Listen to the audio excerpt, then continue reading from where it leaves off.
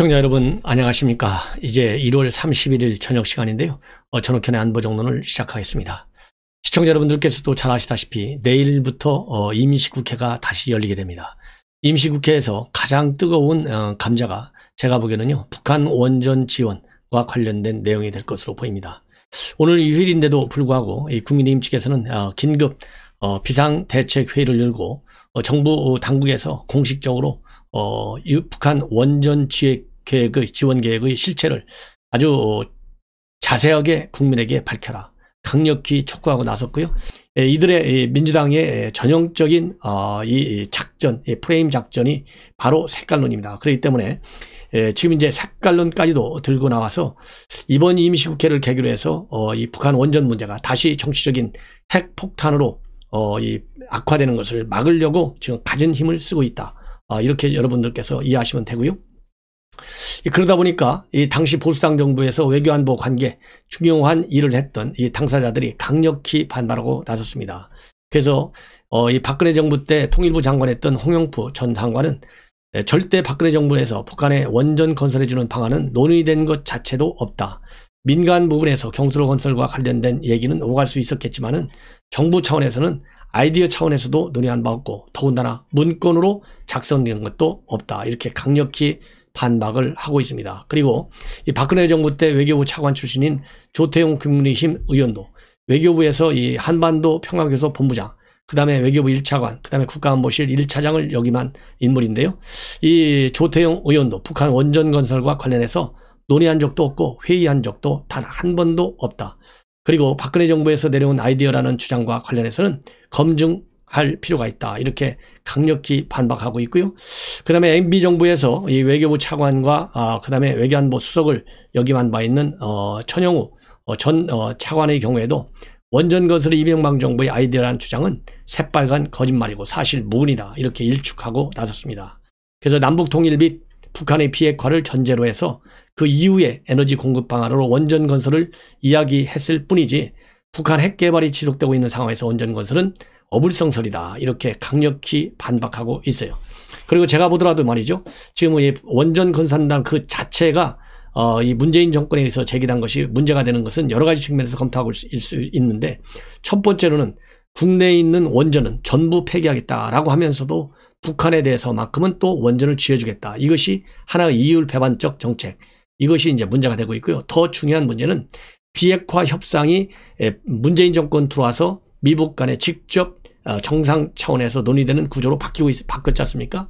그 과정에서, 즉 비핵화와 연결된 협상이 진행되는 과정에서 비핵화에 대한 진정한 이 진전이 단 하나도 없는 상황에서 이 원전 건설 문제를 구체적으로 거론하고 또 USB에 담아서까지 줬다는데 그 문제의 심각성이 있는 것이다. 그래서 제가 보기에는요, 100번 만번 양보해서 설령 보수당 정부에서 논의했다 하더라도 그때는 비핵화에 대한 협상이 진행 중에 있지 않았고, 그리고 이명박 정부 때만 하더라도 비핵화 북한에 핵실험은 몇 차례 있었지만은 실질적인 지금과 같은 사실상의 핵 무력을 보유하고 있는 국가는 아니었어요.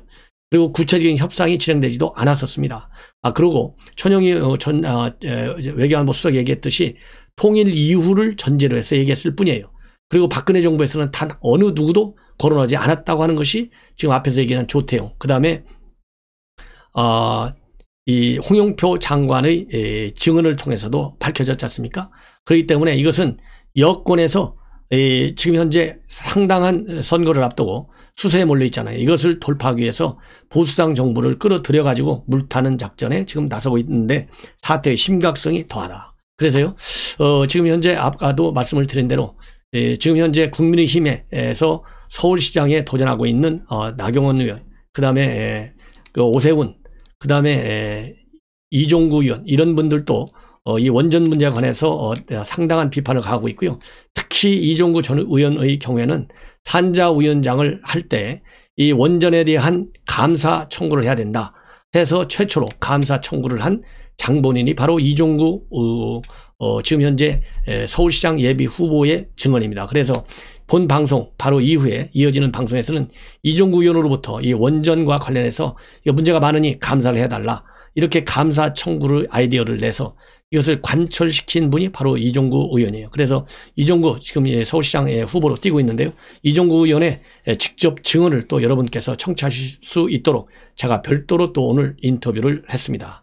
그리고 제가 추가적으로 하나 문제를 제기하고 싶은 것은 이러한 USB를 전달한 것이 이 4.27 이 도보다리 회담할 때 전해준 것으로 지금 거의 정설로 되어 있고요.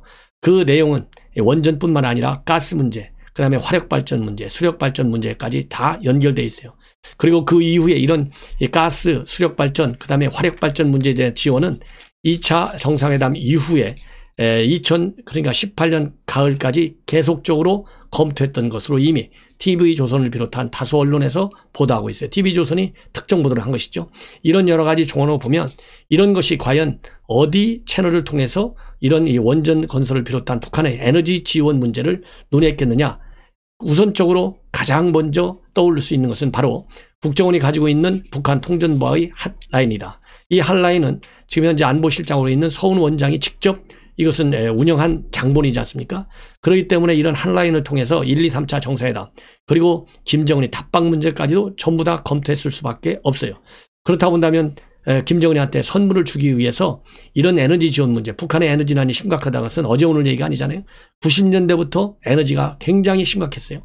그래서 그 당시에 90년대 삼난, 에너지난, 그 다음에 외환난 이런 것들이 심각했기 때문에 식량난, 그 에너지 문제 해결해 주기 위해서 캐도 차원에서 북한에 경수로를 지어주자라는 그런 이 안까지도 직접 추진된 바 있습니다. 이 캐도에서의 북한 언수로 경수로 지원 문제는 서훈 원장이 제일 지금 현재 안보실장이 잘하는 사람 중에 하나예요. 왜냐하면 캐도 요원으로 신포에 파견 나가서 2년간 근무해 왔어요. 그렇기 때문에 이번에 원전 파일에는 이 캐도에서 근무한 사람들 명단까지도 전부 다 거기에 파일에 다 담겨져 있지 않습니까? 이런 거를 보면 이 국정원과 통전부의 핫라인이 과연 원전 지원과 관련해서 USB를 넘겨주고 김정은이에게 아이디어를 줬는지 받았는지 이런 것도 밝혀낼 수 있어야만이 되는데, 그러려면 통전부와 국정원의 핫라인 통화 내용도 논의 내용도 전부 다 밝혀야 되겠다는 말씀을 저는 드립니다. 그래서 김정은이가 결국은 이 원전 문제와 관련해서 상당히 우리 한국 정부로부터 많은 기대를 한 것이 틀림이 없다는 이 증거 중에 하나로 말이죠. 2019년 1월 신년사를 보면 분명하게 나와 있어요. 뭐라고 돼 있었냐면 신년사에, 김정은 신년사에 올해 경제 건설에서 가장 중요하고도 절박한 과업의 하나는 전력 생산을 획기적으로 늘리는 것이다. 그래서 조력, 수력, 풍력, 원자력 발전 능력을 조성해 나가자. 그래서 이 다양한 에너지 자원을 효율적으로 개발, 이용해야 되겠다. 이런 신년사를 발표했습니다. 이런 신년사를 발표한 걸 보면 2018년도에 USB 전달서부터 시작해가지고 이 국정원과 통전부의 핫라인을 통해서 이런 이 논의를 더 시켰을 가능성은 충분하다는 것이 합리적 저는 추론이라고 생각합니다. 그래서 이 문제에 대해서도 야권에서는 제대로 이 진상 요구를 해야 되겠다는 말씀을 다시 드립니다. 그래서 지금 현재 야권에서 나오고 있는 후보들 모두가 이 안철수 대표라든가 이종구 의원 이런 분들이 이 원전 문제에 관해서 최초로 감사도 청구했고, 안 대표는 대통령이 직접 밝혀라, 아니면은 특검을 해야 된다라는 또 이 나경원, 오세훈 이 두 후보의 주장까지 있습니다. 그래서 오늘은 우선 이종구 의원의 이 최초 감사 청구 월성 원전과 관련한 이 문제를 한번 들어보도록 여러분들께서 직접 들으실 수 있도록 제가 인터뷰 내용을 이어서 바로 소개해 드리도록 하겠습니다. 시청자 여러분들께서 또 이종구 지금 예비 후보의 증언 내용을 한번 청취해 주실 것을 당부드립니다. 안녕하십니까. 벌써 이제 1월 31일 마지막 날인데요. 오늘 굉장히 귀한 분을 한번 제가 모셨습니다. 이번에 국민의힘에서 서울시장 후보로 출마하신 이종구 전 국회의원, 3선 하신 분이죠.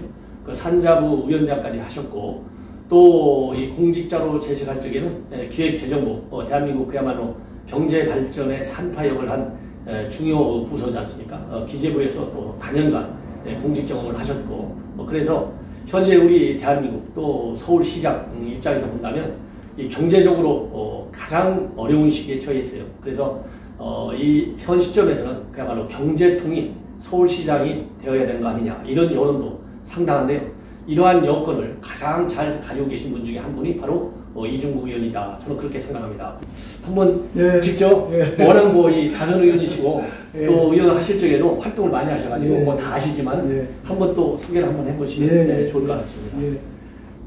우리 전옥현 위원장께서 너무 과찬을 해주셔서 제가 몸둘 바를 모르겠습니다. 아이, 들어가십니다. 예. 저는 이제 원래 공직생활을 한 28년 했습니다. 근데 제가 이제 한 일 중에서 제일 하이라이트라고 그럴까요? 그러면 제가 요새 그 시끄러운 원전, 제가 산자위원장으로 있으면서 국회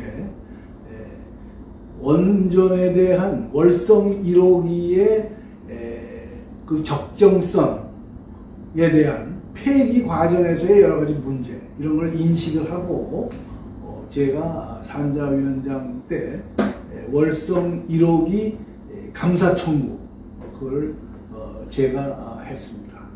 그래서 그것이 최재형 감사원장의 고발 그리고 검찰의 수사 그 여파로 지금 이 사실 뭐 말도 안 되는 일이 지금 벌어지고 있지 않습니까? 북한의 원전을 갖다 건설해준다는 그런 자료까지 나오고 또 그 산자부의 공무원들이 자료를 은폐하고 또 자료를 조작한 그러한 사단이 벌어져 가지고 현재 감옥 가기 일보 직전입니다.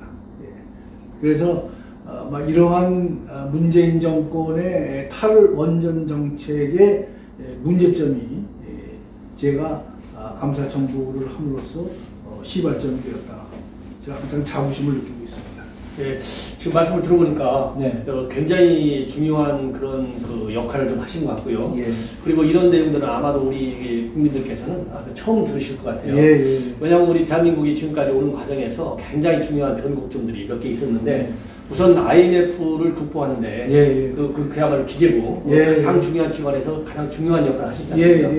그 실무자로서 하여튼 그때 고생 많이 했죠. 그러니까요. 이 IMF 위기는 우리가 상상도 못하는 상황에서 왔는데 극복도 세계적으로 굉장히 모범 국가라는 평을 들을 수 있을 정도로 성공을 했잖아요. 그렇기 때문에 제가 보기에 우리 유 의원님은 위기에 강한 그런 정책 역량을 가지고 계신 것 같고 그리고 이 원전 문제도 사실 대한민국이 얼마나 어렵게 해서 원전 최고의 국가로 국제적으로 평가받고 있잖아요. 그렇게 쌓아올린 그 이 바탕 위에서 대한민국이 다시 한번 성장할 수 있는 좋은 기회인데 이거를 문재인 정권이 무너뜨리겠다는 거 아니에요. 그러한 문제점을 일찍이 예견하고 처음으로 이 감사 청구까지 했다. 이거는 그만큼 그 우리 의원님께서 앞을 내다보는 그야말로 이 국가가 됐던 지방자치단체가 됐던 더구나 사실 서울시면은 소정부나 마찬가지잖아요. 이런 그 시정을 이끌어나갈 수 있는 그런 역량을 충분히 가지고 있다고 하는 것은 지금 설명해드린 내용만 보더라도 정말 구체적인 그 하나의 중요한 증거가 되지 않나 이런 생각이 들어서 제가 오늘 일요일인데 우리 의원님 모시기를 잘했다 하는 생각이 듭니다. 말씀 나왔으니까 이게 잠깐 덧붙이면요. 지금 원전은 청정에너지입니다. 그렇죠. 미세먼지 같은 게 안 나와요. 이산화탄소도 안 나오고. 그러니까 오히려 우리가 할 일은 석탄 화력 발전소를 빨리 폐기를 해야 돼요. 원전이 아니라. 그렇습니다. 원전은 오히려 우리나라 원전 수출국 아닙니까? 그렇습니다. 세계에서 제일 원전 잘 만들고 관리도 잘하고 그런 나라인데 거기서 수출을 잘하고 그거를 그 해외에 수출하는 그 원전들을 우리가 잘 그 애프터 서비스 같은 걸 해가지고 하면은 세계적으로 원전을 다시 또 팔아먹을 수 있고 많이. 그렇죠. 근데 이게 이상하게 거꾸로 가거든요. 말도 안 되는 정책이에요. 그러니까 이제 문재인 대통령의 경제 정책 특히 뭐 외교안보도 마찬가지로 보면은 전 세계에서 어느 나라도 상상도 못한 반대 정책을 어쩌면 이렇게 잘 골라내는지요. 이해할 수 없는데 정말 이 국가 차원에서 이렇게 무너뜨리는 그 문재인 정권을 제대로 이렇게 그야말로 이론과 실리에 의해서 비판할 수 있는 그런 안보를 갖추신 것 같고 지금 이제 원전 문제가 지금 이제 미세먼지까지 다 연결되잖아요. 그렇죠. 정말 청정 에너지, 그 우리 건강. 더군다나 지금은 이제 이 미세먼지의 그 원인을 가지고 이제 중국 얘기가 많이 나오지 않습니까? 그렇기 때문에 우리가 이제 석탄 발전 이런 거는 이제 빨리 없애야 되고 더군다나 문재인 정권도 2050 제로 탄소 이런 걸 목표로 삼았잖아요. 그런데도 원전을 없애겠다. 이건 뭐 말이 안 되는 것이죠. 그래서 특히 이제 우리 수도권의 미세먼지라든가 이런 것들이 굉장히 집중이 많이 되고 있잖아요. 네. 그래서 우리 서울 시민들한테도 이 원전 문제가 국가 차원의 정책뿐만 아니라 서울시장이 되는 분한테도 원전 문제는 굉장히 핵심적인 거고. 네. 그리고 이제 이 사람들이 아마 선거 끝나면은 문재인 정권이 전기료를 올릴 겁니다. 왜냐하면 원전 가동률을 낮추고 또 재가동을 안 하고 이렇게 되니까 단가가 올라가는 거예요. 전기료에. 맞습니다. 견딜 수가 없거든요. 한전이. 전기료가 올라가요. 그러니까 선거 후에는 그럴 겁니다. 그러니까 이것도 잘 주시하셔야 됩니다. 우리 국민 여러분들이. 그렇죠. 원전 때문에 원전을 가동을 안 하니까 전기료가 올라간다 이거예요. 맞아요. 그래서 지금 현재 최근에 이제 언론 보도를 보면요. 정부가 탈원전 정책을 너무나 무지막지하게 한마디로 속된 말로 무식하게 해버리니까 지금 이 원전 관련 그 학계수도 그 전문가들이 많이 필요하잖아요. 응시하는 사람이 없다는 거 아니겠어요? 그러다 보니까 이제 일자리 문제하고도 이게 다 연결되는 것 같고 특히 아시다시피 대한민국 수도는 모든 기능이 다 복합적으로 중심되어 있잖아요. 그러다 보니까 이제 서울 지역에서 공부를 했던 아니면 지방에서 공부를 했던 서울에 와서 자기 젊은 꿈을 실현시키려고 하는 젊은이들이 많잖아요. 근데 일자리가 너무 없어지다 보니까 그것도 굉장히 사회적으로, 국가적으로 또 서울시 안에서도 큰 문제가 되는 것 같아요. 저는 지금 그 청년 실업률이 무려 24%까지 올라 있습니다. 그러니까 100만 명 이상의 청년들이 지금 일자리가 없고 제가 서울시장이 되면은 제가 어떻게 하려고 그러냐 서울시에 60개 대학이 있습니다. 오늘도 이제 우리 건대 앞에 이렇게 와 있지만은 60개 대학이 있는데 일자리를 갖다가 산학이 협력해서 산학 벤처 타운 같은 걸 만들어야 돼요. 그래서 산업계와 학계가 공동으로 전문가도 모시고 또 거기 비즈니스 벤처 하는 사람들도 데려오고 또 자본도 펀딩도 하고 그런 식으로 해가지고 그러한 산학 협동을 통한 그런 벤처 타운에서 스타트업이라든지 AI라든지 또 뭐 그건 꼭 뭐 경제 콘텐츠만 하는 것도 아닙니다. 문화 콘텐츠도 하고 예술 콘텐츠도 하고 이래서 그걸 대대적으로 제가 만들겠다. 그리고 거기다가 그동안에 박원순 시장을 대통령 만들기 하려고 뭐 했던 잡다한 시민단체라든지 이런 사람들은 배제하고 제대로 일자리를 만들 수 있는 그러한 기업들이라든지 스타트업이라든지 이런 거를 육성하는 거기서 고용 절벽인 현재 젊은이들에 대해서 희망을 주겠다. 그게 패스트 트랙을 써가지고 왜냐면 지금 시간이 없잖아요. 불과 3년 만에 다 무너뜨려가지고 그래서 이 패스트 트랙을 통해서 말하자면 이제 하이웨이를 까는 식으로 폭도를 내서 이런 부동산 문제를 해결하겠다. 이런 것도 내신 것 같은데요. 거기에 대해서 좀 구체적으로 한번 설명해주면 좋을 것 같아요. 제가 이제 생각하고 있는 거는 그 서울에 어렵게 사시는 분들입니다. 그리고 생애 첫 주택을 원하시는 분, 신혼 부부들 이런 분들에게 꿈을 줘야 된다. 희망을 줘야 된다. 그렇게 하기 위해서 제가 제시하고 있는 거는 지금 서울에 보통 한 3억짜리 그러니까 12평에서 15평 정도면 한 3억 정도 나가거든요. 근데 그러한 아주 단단하고 자그마하지만은 깨끗하고 팬시한 그러한 주택, 그러한 아파트를 제공을 하겠다. 어떻게 제공하냐면은 지금 현재 일반은행에서는 LTV라고 해가지고 론 투 밸류라고 해가지고 40%까지밖에 대출 안 해줍니다. 근데 서울시가 서울 신용보증재단을 통해 가지고 이거 3천억을 출연을 하면은 출연금의 15배를 보증할 수 있거든요. 4조 5천억을 일반은행을 통해서 40%를 더 얹어서 대출을 해주는 거예요. 그럼 80%가 되지 않습니까? 그렇습니다. 근데 이거는 장기 절입니다. 기본적으로 5년 거치 10년 불안상환. 그럼 5년 거치 기간 동안에는 이자를 안 내도 돼요. 거치 기간이니까. 그렇죠. 그래가지고 이거를 3억짜리 같으면은 6천만 원만 있으면은 이 자가주택을 갖는다. 이거는 물론 임대주택도 필요하죠. 그렇지만 이건 임대가 아니고 자기가 소유하고 싶어 하거든요. 자기가 소유하는 주택을 이렇게 6천만 원 정도의 이렇게 대출을 이 은행들의 협조임자 이런 걸 통해 가지고 6천만 원만 있으면은 80%는 은행 쪽에서 대고 장기 저리로 그렇죠. 그렇게 해가지고 이걸 생각이 이거 박수 한번 쳐야 되겠네요.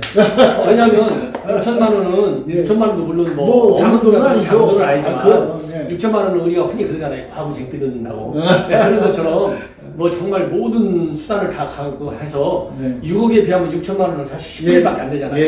그럼 6천만 원 가지고 정말 젊은이들이 내 집 하나 하고 거기부터 시작하면 사다리 좋은 사다리 타고 올라갈 수 있잖아요. 그래서 꼭 정책적으로 이게 반영이 됐으면 좋겠어요. 이거는 어떻게 뭐 완전히 그냥 그 보조금을 통해 가지고 막 주겠다 그런 게 아니고 그러니까요. 큰 틀에 시장 경제를 지키면서 그렇죠. 이걸 하자. 그러니까 이재명 씨가 얘기하는 뭐 기본주택 이런 거하고는 전혀 다른 겁니다. 그렇죠.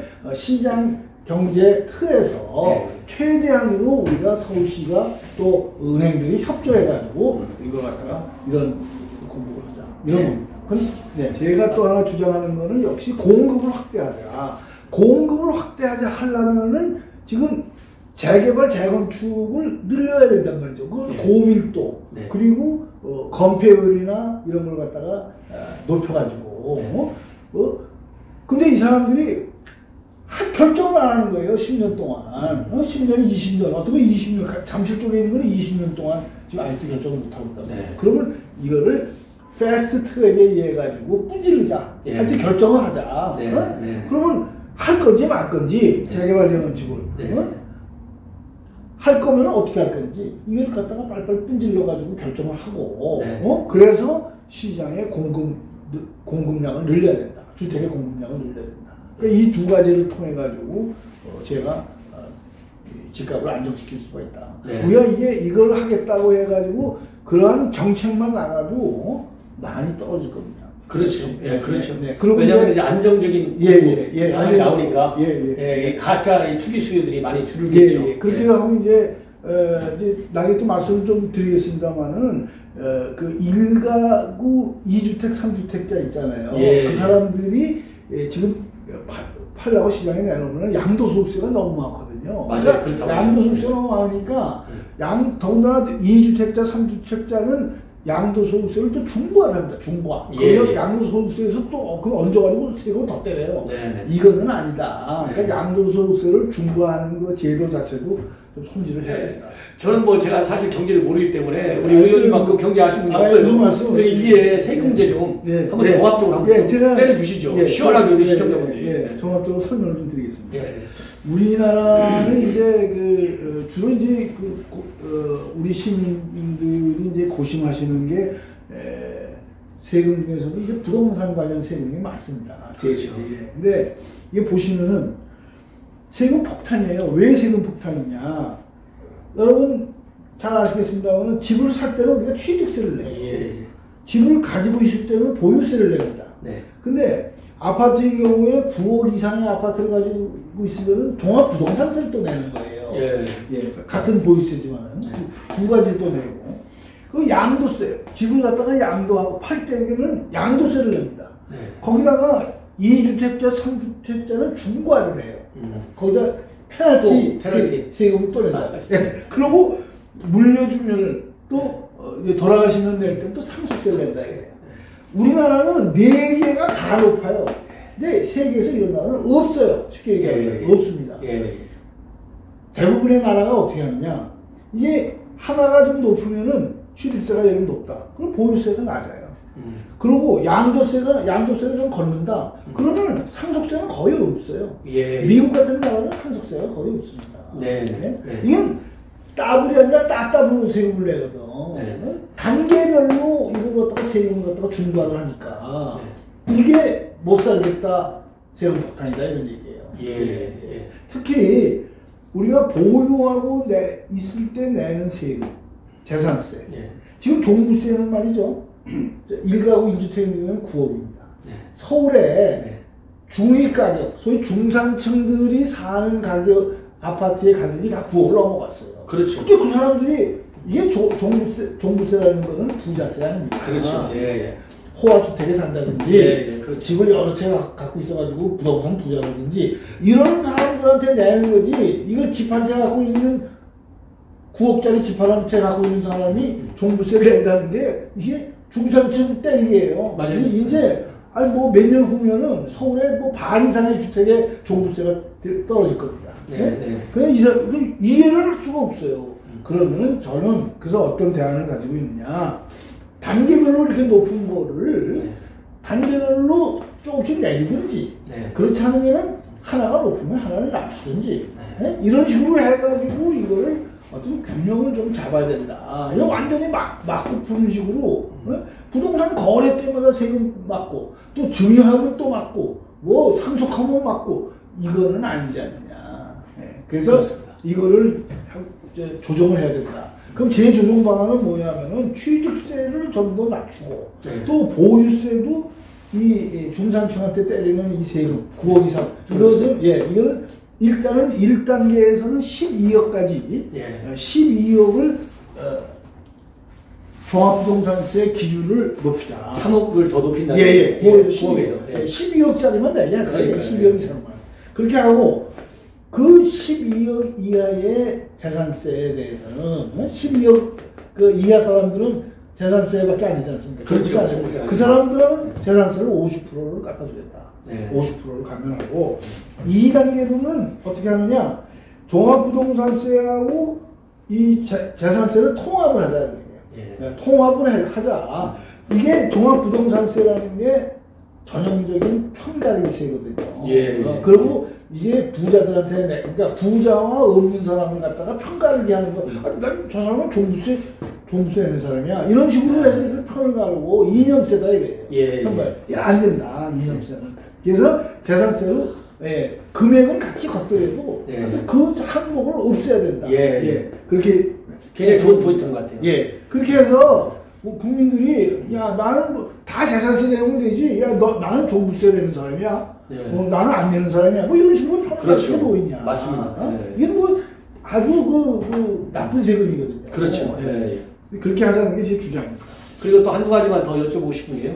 이제 서울시를 정말로 그 이념 지향성으로 운영하는 거, 이걸 이제 종지부를 찍어야 될 거 아니에요? 찍어야 되는데, 이게 보면은, 서울시 전반적인, 그 이제 일반 민생 전반적인 그런 문제에 관해서 그동안에 경제 전문가로서 많은 고민을 해오셨을 것 같아요. 한 말씀 해주시면 좋을까 싶습니다.